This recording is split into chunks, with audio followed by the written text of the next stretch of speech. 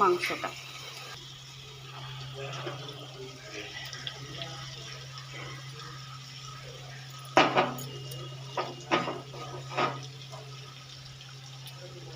এখানে যেহেতু 250 গ্রাম মাংস রয়েছে, তাই আমি সব কিছুগুলো 1 চামচ করে দিয়েছি। আপনারা আপনাদের পরিমাণ অনুযায়ী লঙ্কা গুঁড়ো, হলুদ গুঁড়ো সব অ্যাড করে নেবেন।